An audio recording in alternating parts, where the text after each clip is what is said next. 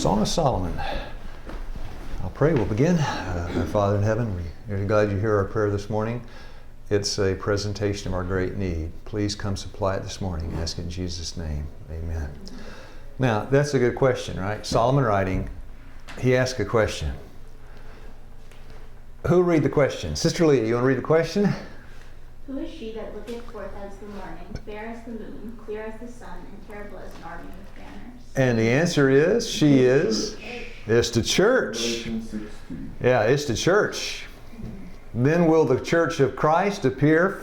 Yeah, there it is. It's the church. Which church? The then, it's coming in the future. It's Seventh-day Adventist. That's writing about us. Song of Solomon, chapter 6, is writing about who? You and me. Isn't that great? Funny, I don't feel like I'm clear as the sun and terrible as an army with banners. How about you? Now, Sister Barbara, you want to read the one on the left? I'll read the one. No, let me read the one on the left, and you read the up and down one. Okay. A church on its knees is more powerful, and that's not inspired, but I sure agree with it, is more powerful than an army on its feet. Would you agree? Yes. Okay, now that's James 2:22. All right, you read that and then James 2:22. Get on your knees and ask for the blessings of the Lord. Then stand on your feet and do what you are asked to do. Yeah. Amen. By works was faith made perfect. Faith that works is demonstrated by the remnant church in the last days. There are two great distinctions between a mob and an army, right? That is a picture of a mob. That is not an army. The church in the last days will be an army. I just define mob in case you don't know what a mob is. You know, what's a mob? A large crowd of people, especially one that is orderly and intense. I don't know, a mob. It's a mob. Let me say it in a kind of a fancy way. Absence without order. Absence of order. Something like that. I'll read part of this. Ryan, you read the rest. I got a reason for this. Preachers and people joined to oppose this message from, this is William Miller. It's the Advent movement rising up, William Miller leading out. To persecute William Miller and those who united with him in the work. Falsehoods were circulated to injure his influence at different times after he had plainly declared the counsel of God, applying cutting truths to the hearts of his hearers. Great rage was kindled against him. And as he left the place of meeting, some waylaid him in order to take his life. Did you know people tried to kill Miller all the time? Mm-hmm. Because when he spoke, he applied it to them. He did not talk about, he talked about them. But angels of, now Brother Ryan, start with but. But angels of God were sent to protect him, and they led him safely away from the angry mob. His work was not yet finished. Is it a high-risk job giving the three angels message? Yes. Do we work behind bulletproof glass? No. No, we don't. Now that was Miller. This is Wesley. I like the Wesleys. Again and again did John Wesley escape death by a miracle of God's mercy. When the rage of the who? Mob was excited against him, and there seemed no way of escape. An angel in human form came to his side. The mob fell back, and the servant of Christ passed in safety from the place of danger. Psalms 34 verse 7, the angel of the Lord encamps round about me if I fear God, right? And what does he do? My business is to deliver you. Just like I did who? Wesley, William Miller, Jesus. The last time he didn't get delivered by God's order, but the first he got delivered many times. His work was not over. Yeah, his work was not over. Now when your work's over, Nicole, you may not be delivered. It's different. Lord, let me die when it's time for me. 3:4 of Ecclesiastes, a time to live and a time to die. Let me die when you want me to die. Now, in Russia, they've got many bodyguards. If you're the president of Russia, do you need them? Yes. Now, do you have any bodyguards? Yes. If you don't matter how many you don't have enough. Unless the bodyguard is and then one is enough. Yeah, because there's never enough. I mean, how many guards does he have? Don't those guys look mean? Mean looking guys, right? Their job is to what? Protect him. The angels look how? Don't you say mean. How do the angels look? They look pleasant. I've never seen one, but I'm sure they're pleasant, right? Their job is to what? Guard us. And they mean what? Business. Aren't you glad? Who'd like to read? Brother Oliver. They move and accept order like a company of soldiers. Now, that's a picture of the remnant toward the end. Not yet. We're not an army yet. I don't know. We may be a cross between an army and a mob. I don't know. But in order to be an army, you must keep heaven's first law, which is, Oliver, you want to read? Sorry. Order is heaven's first law. Because law always precedes order. If there is no law, there can be no order. The first law of heaven is order. No law, no order. And God, no speed limit, disorder. Now, the subject this morning is, we haven't reached it yet. Christ designs that heaven's order, heaven's plan of government, heaven's divine harmony shall be represented in the Waynesboro Seventh-day Adventist Church. 1 Corinthians 14:40, let all things be done decently and in order. Is that inside the church or outside? Inside. Inside. Now we're nearing the beginning here. Sister Renee, would you like to read this one? And the Lord desires His people to give in their homes a representation of the order and harmony that pervade the heavenly courts. Uh-oh. Now we're ready to start. Number 20 of 50. Our subject this morning, is your room a rat's nest? Yeah. Because, and the Lord desires His people to give in their homes a representation of the first law of heaven.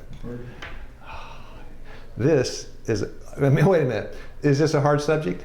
Is it a struggle to maintain order? Is it a struggle to keep your room clean? Yes, okay. Isn't it? It's a subject. Now, I worked with a guy who had a father who was a commercial contractor. He had a saying, a clean job is a happy job. Order, cleanliness, safety, the trinity of the first law. Heaven, order. Now, God is a God of order, and He requires order and cleanliness in His people. Why? Why? Because they represent Him. Okay. And that's our subject this morning. Sister Nicole, you'd like to read? Everything should be so arranged as to impress both our own people and the world with the sacredness and importance of the work of God. The regulations observed in the encampment of the Israelites are an example to us. How many people were in the encampment? Like 50, 100, millions? How many? Yeah, there's a lot of people. Do they have some issues with animal husbandry, hygiene? Were there a lot of people in a small place? I mean, if you don't have order, what do you have? Yeah. I mean, just sanitation. You got 2 million people. They've got functions, right? You got to have some order. And all those animals, you got to have some order. And they had it. Today, we say there is a connection between filth and disease. Do we say that? Oh yeah. And if you don't want disease, you ought to be clean. One of the tenets, one of the main things they say now to avoid any kind of pandemic is to first things first, wash your hands. But that's disease. What do you mean why? That's hygiene. You can't have one without the other. Now this is in the modern days of the modern pandemics. You go back in the old typhoid days, and I had it. Who'd like to read the fingers of Typhoid Mary? You got to have good eyes. Flies, Carelessness, bad milk, bad water, truth, filth. Filth. The thumb sets the keynote for the hand, filth. This is a hard subject for me. How'd you get it? How'd I get it? Living in filth in West Africa. Yeah. So I got it. Yeah. Now, I think I'll choose the one on the right. Sister Leah, you want to choose the one on the left? You had a choice. Okay. All the surroundings should be a lesson, especially should the family tents and their neatness and order in order giving a glimpse of home life, be a constant sermon as to the habits, customs, and practices of Seventh-day Adventists. The practices of Seventh-day Adventists. God designed not one Seventh-day Adventist on planet Earth would have a sexually transmitted disease. In the Army here, it was pandemic. The man killed by germs is just as dead as the man killed by Germans. But get wise to your worst enemy. Read the pamphlet on venereal diseases supplied free at the regimental infirmary. That's a different kind of army, isn't it? Now, by the way, there was a real awareness. I didn't make the thing up on the bottom. The sanitation in public health became this real awareness developing in the late 1880s and early 1920s. Who was leading out in the movement? Seventh-day Adventist. What do we call that? The health message. Yeah. I mean, Kellogg was right in the front of it. Yeah. And we taught by example. Now, a neglect of cleanliness will induce disease. Here's a plain statement. Sickness does not come without a cause. Proverbs 26:2. Violent epidemics of fevers have occurred in villages and cities that were considered perfectly healthful. And these have resulted in death or broken constitutions. In many instances, the premises of the very ones who fell victims to these epidemics contain the agents of destruction which set forth deadly poison into the atmosphere to be inhaled by, who'd like to read the rest of it? To be inhaled by the family and the neighborhood. It is astonishing to witness the prevailing ignorance relative to the effects which slackness and recklessness produce upon health. Unclean equals disease. That's one reason God wants us to be clean. That's one reason. This is a hard subject for me. Numbers 24:2. It struck Balaam. Balaam looked down and saw the tents, and he said, I can't curse these people. I got the verse coming in a second, but I can't curse these people. Look at these people. You can just look at what they do. You can look at how they live. These people, I can't curse them. That's Balaam's thinking when he looked at Israel and saw what? Order. Oh, perfect order. If he's seen a bunch of ragbags down there, I'm going to curse, every camp meeting should be an object lesson of neatness. Now, number 2, a second reason why God asks us to be orderly. Taste and tact do much to attract. In all our work, we should present the discipline of organization and order. People see it and they say, them Seventh-day Adventists, who'd like to read? Brother Ryan. And Balaam lifted up his eyes on the... And he saw Israel. Sorry. I know, sorry, I know it's tough to read that one. I'll read it from my Bible, because that's fine. Okay. And he saw Israel. Abiding in his tent. Somebody help Ryan. I can't hardly see it either. According to their tribes. Yeah. And the Spirit of God came upon him. Yeah, you can't curse that kind of army. No, you can't curse that kind of army. If we would follow these principles here, it vexed me. It just vexed me week after week seeing that pile of garbage behind that dumpster. Should it have? Oh, yeah. Yeah. Because the order that was maintained in the apostolic. Now, you tell me what the remnant is. What does it mean, remnant? That word remnant. What's it mean? They remain, right? Because we get it from the bolt of cloth. The last part's like the first part. You go to Walmart, it's the remnant table. It's what's left. The last part is just like the first part. What gave power to the first part? They were clean. Yeah, they were clean. There was order. The order that was maintained in the early Christian church made it possible. That's what made it possible. You didn't see James and John smoking cigars, right? You didn't see them going into a house that was filthy. He said, it did not exist in the apostolic, and it will not exist in the remnant.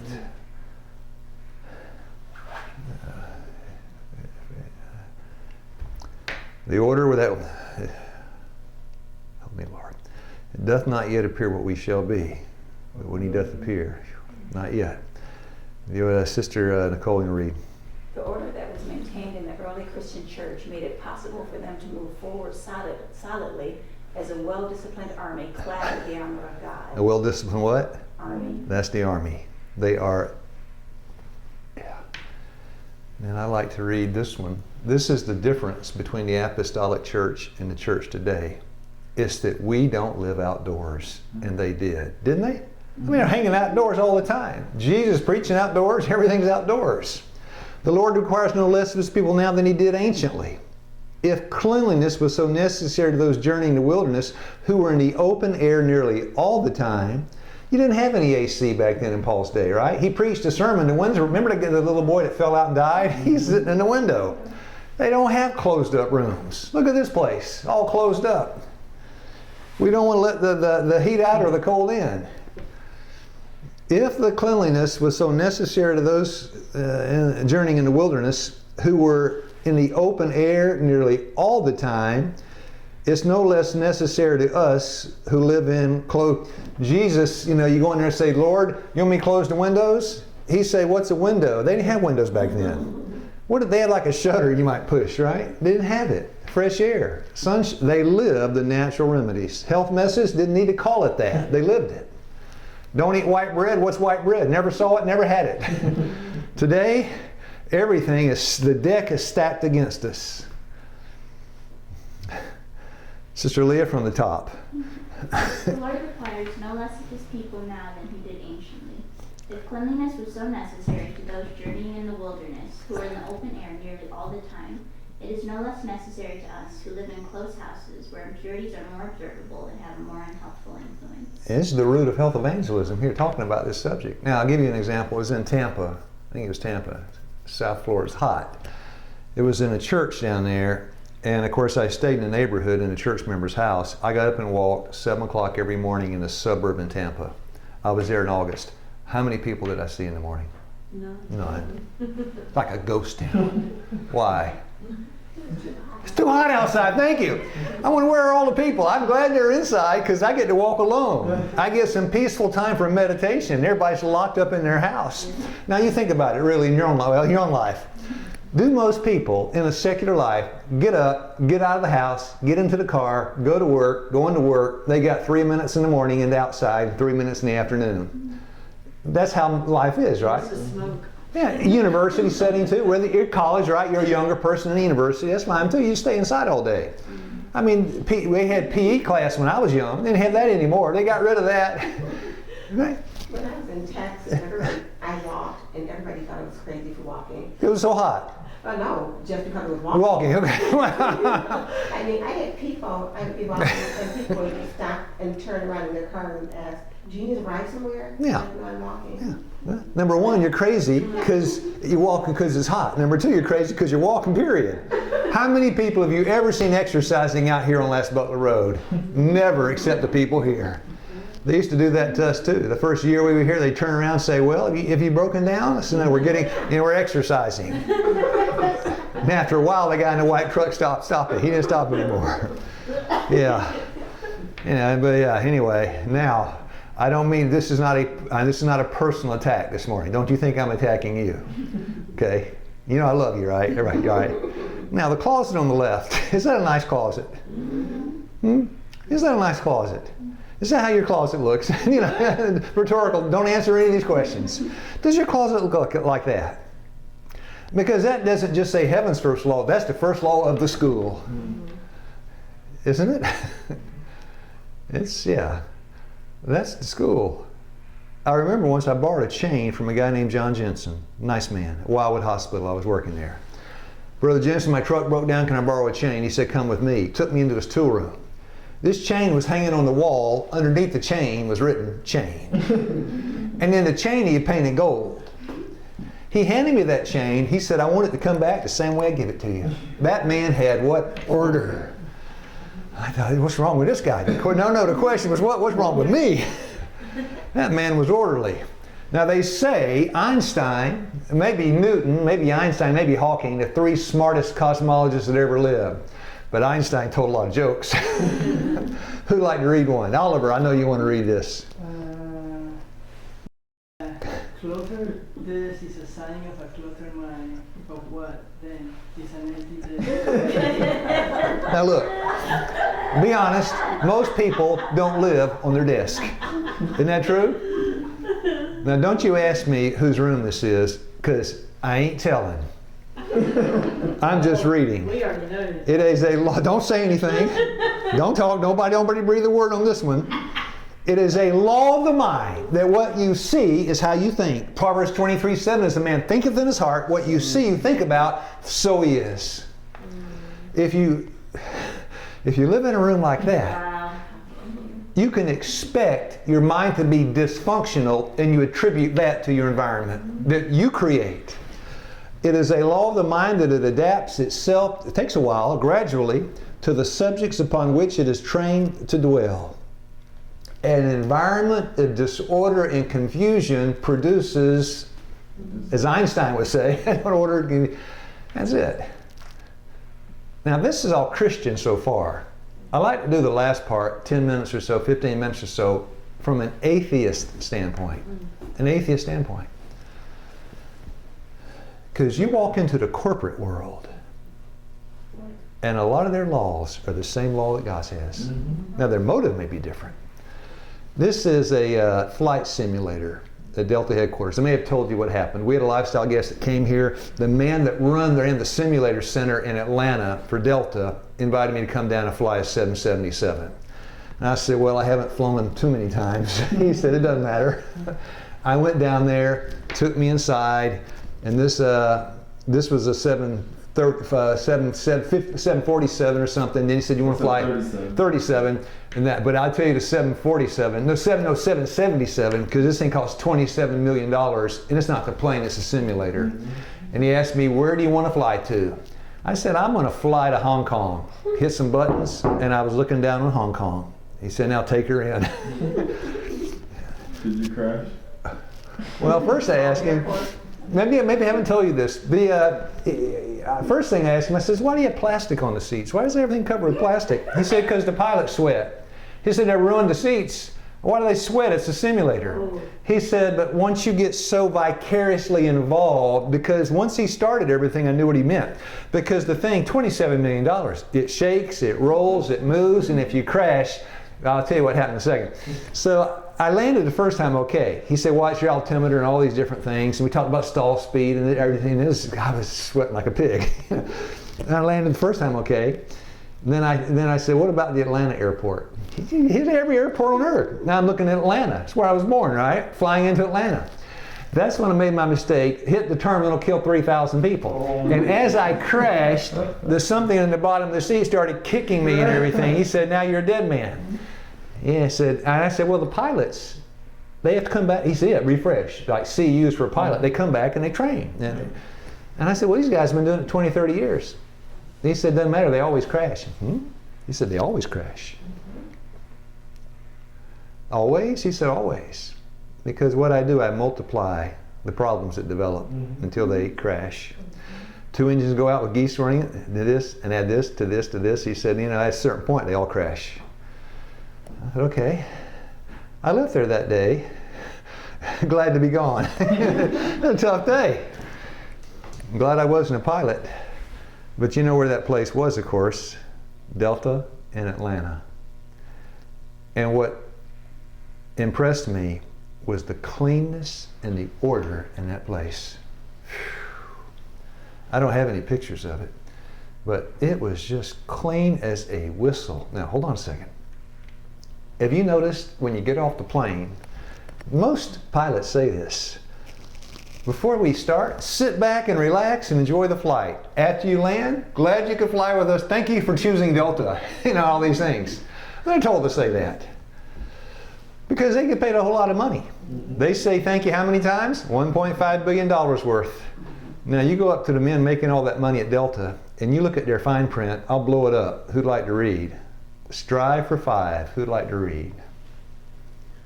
We hope that through our hard work, you can freely sit back, relax, and enjoy your flight.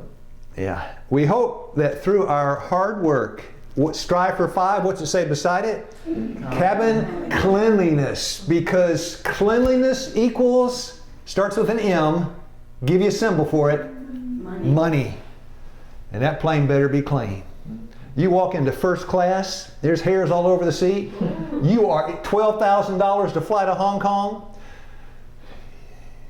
You're going to be in a pigsty, that guy's going to see that? You agree, don't you? Mm-hmm. Good housekeeping, right? Back to the, good housekeeping and cooking. The world looks at these two ladies and they say, unclean. The Regency Hyatt looks at these two ladies and they say, clean, right? Because these are the ladies that generate what? Money. If you go into hotels, let's say you spend a lot of money. And I haven't ever been in a hotel where I spent a lot of money, except maybe one time I didn't spend any money, it was free for me. What's the first thing you look for? Let's say you're paying $400 a night for a hotel. The bed? Yeah, the first thing for me, I walk in what room though? That bathroom, and you look around. And if that place, you know what a filthy bathroom looks like, and you're paying $400 a night? Now, for me, the second thing is the food. If the room is filthy and the food is lousy, you're not going to get repeat business, right? They know this. God's people don't seem to know this. The world knows it. Dirty room, lousy food, no business, no money. They're striving for not five, yeah. Anyway, in the world's that aristocracy, she's on the bottom. But not in God's mind and not in the church's mind, right? Yeah, she's sitting on something. What's this? That woman is training for, guess what? The Olympics. The Olympics. Well, maybe eternity too, but she's training for the Olympics. Do you want to go? Housekeeping Olympics. You know what they do there? Make beds. Now, who can make a bed the fastest? Now, you got a criteria to meet. It's got to have, the sheets got to be like steel. You got to have your corners folded, but who can do it the fastest? The gold medal went to who? Barney Ben Hangman from Bermuda, right? That guy can make a bed up in a minute and 10 seconds. Gold medal winner. So, yeah, how fast can you make a bed? Next question, how fast can you sweep? No, how fast can you sweep? And you can't do a halfway job. The next question is, how fast can you what? Vacuum, right? Now, guess where the most expensive hotel on planet Earth is? Take a guess. What country? Hong Kong. Hong Kong? No. Now, don't worry, Hong Kong and all those right, Shanghai, they're right up there. But the top, not Dubai, there's one higher than Dubai. New York. Guess which? New York. Not the Helm Suite. No. The Trump. No. I want to show you a little video clip. This is the most expensive. Guess how much the most expensive hotel room? This room in the hotel. How much a night? Take a wild guess. 1.5 million. A night? 500,000. What hotel offers the most expensive and, hopefully, most luxurious living experience? The answer to that question is the Mark Hotel.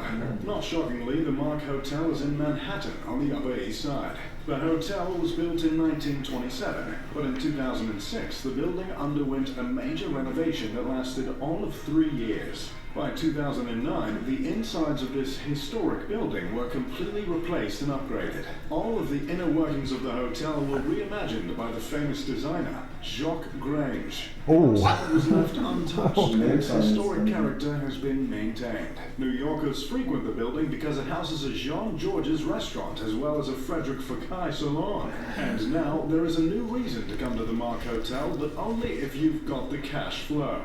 The Mark holds the record for the most expensive hotel suite in the world. At $75,000, anyone who's got a big enough pocket can enjoy the penthouse suite located on the 16th and 17th floors. Suite isn't the most accurate description, considering it consists of a living room with a 26-foot tall ceiling, 5 bedrooms, 6 bathrooms, 2 wet bars, and 4 fireplaces. The entire interior space comes about 10,000 square feet, not to mention the 2,500 square foot rooftop terrace overlooking Central Park that the suite also includes. Remember how many bathrooms? Remember what it said?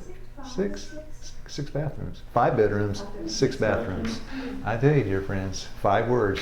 Them bathrooms better be clean. $75,000 a night? Yeah, wait. You know how that place works? So they got ladies, or men, they go in there and clean the place, right? And then what happens? Somebody goes in and shuts them down. And then somebody goes and inspects the inspector. because they're about to put $75,000, that's $3,000 an hour to sit in that place. The bathroom had better be clean. This is the world. This is the world. Notice they didn't have a kitchen. This is the world. This is the world. Happy brain, happy life. Happy brain, happy life. Number 3, order and cleanliness. Remember the vacuuming and all that? Well, you get a clean floor when it's all over with. But you also get a clean mind. Mrs. Barbara, you want to read? Your mind should be drawn away from yourself to household duties, keeping your house with order, neatness, and taste. That vacuum cleaner is a deadly weapon in the battle against self, right? Isn't that true? Yeah, ain't true? Pull that thing out, put self to death. Housework, good. Good for what ails you. The health message, Health Evangelism 101. The will goes with the labor of the hands. And when the willpower is dormant, by the way, Darlene and I were staying with a rich lady in the Philippines for just a short time. She had helpers. They'd come in there and serve her, and she'd just sit there and eat all day. Just like the Queen over in Buckingham Palace. They serve and she eats. The helpers are washing and cooking all day. Come on, who's getting the blessing? They are. Because the dormant hands produce a dormant mind. And a mind that is unoccupied is filled up by the devil. Idle hands, finish it for me. Because idle hands mean an idle mind. The will goes with the labor of the hands.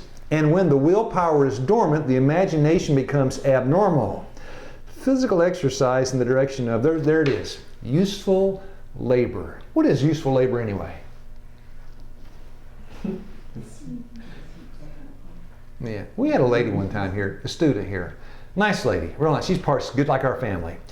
She said, we keep cleaning this place all the time, cleaning it every day, cleaning it every day. And then she came back from a trip. She said, now I understand. Because if it's clean, people don't notice. Finish the sentence. But if it's filthy, they notice. She said, I went to a place, an institution, that place was filthy. But you don't notice that, right? If it's clean. You don't hardly notice it clean. But you sure notice when it's a pigsty, don't you? Yeah. And then all the good things it does, right? It does all kind of good stuff. 1 Corinthians 14, verse 33. Brother Oliver. For God is not the author of confusion, but of peace, as in all churches of the saints. Yeah, John 20, verse 7. And the napkin was folded together and laid in its place. And that told the disciples what Jesus. Yeah. The next verse, John, he saw and he believed. All he had to see was that nobody would fold a napkin like that. Except who? Jesus. And if you read 20 verse 9, it tells you that they did not know by Scripture. They knew by napkin. That's what it says. You know, this is John 27, 8, 9. It really says that. Read it for us. Get John 20 verse 9. All right, I'll read 8. You read verse 9. Okay. Yeah, let me read 8 first. Okay. He saw and he believed. Verse 9. 20? 20. Oh, my bad. I'm sure it's John 20. I could be wrong. I could be wrong. Then the disciples went away and again unto their own home. No, verse 9. Oh, sorry. Oh, my goodness. For as yet they knew Not the Scripture. They didn't know it. that he must rise again from the dead. No, they did not know he rose because the Bible said he had told them so. They knew he rose because that napkin is folded up on the table like that. Now, for those that are having a problem with this subject and you need some comfort, I'm going to give you some in the end here. I read this for our worship this morning to Darlene and me. When it is in the heart to obey God, and I'll tell you what Darlene said after I read this to her. When it is in the heart to obey God and efforts are put forth to this end, and what if you fell in this area? Here's some help. Jesus accepts this disposition and effort as man's best effort. He makes up for the deficiency with his own divine merit. In other words, you can do your best. Darlene said, thank God. Thank God. And then to end, this is almost even a better one. Cleanliness, neatness, and order are indispensable to the proper management of the household. But when the mother makes these the all-important duties of her life and devotes herself to them, to the neglect of the family, right? From the top, somebody. Brother Ryan. Cleanliness, neatness, and order are indispensable to the proper management of the household. But when the mother makes these the all-important duties of her life and devotes herself to them, to the neglect of the physical development and the mental and moral training of her children, she makes a sad mistake. Yeah, and I've known people, maybe their house wasn't so neat and tidy, but this one lady had a passel of children, just all her time going into those children. Did she make the right choice? Mm-hmm. Yeah. I mean, it's nice if you can do it all, but you gotta, priorities. First things first. So now for institutional things here. I was in an institution once, and there were some things were kind of run down here and there, and this, that, and the other. And then I'm in an institution here. Some things are kind of run down here and there and the other. My dear friends, it's a struggle to keep up with everything. And now I understand that manager in that institution, what he was up against. Because you had like 37 staff homes, and you got 3 guys on the maintenance. Oh boy. Yeah. So it makes you, That's the balance. I'll pray. All right, our Father in heaven, we know what's important. First law of heaven is order. Let all things be done decently and in order. You're not the author of confusion. You're the God of order. But thank you that you got a lot of mercy for us as we move so slowly.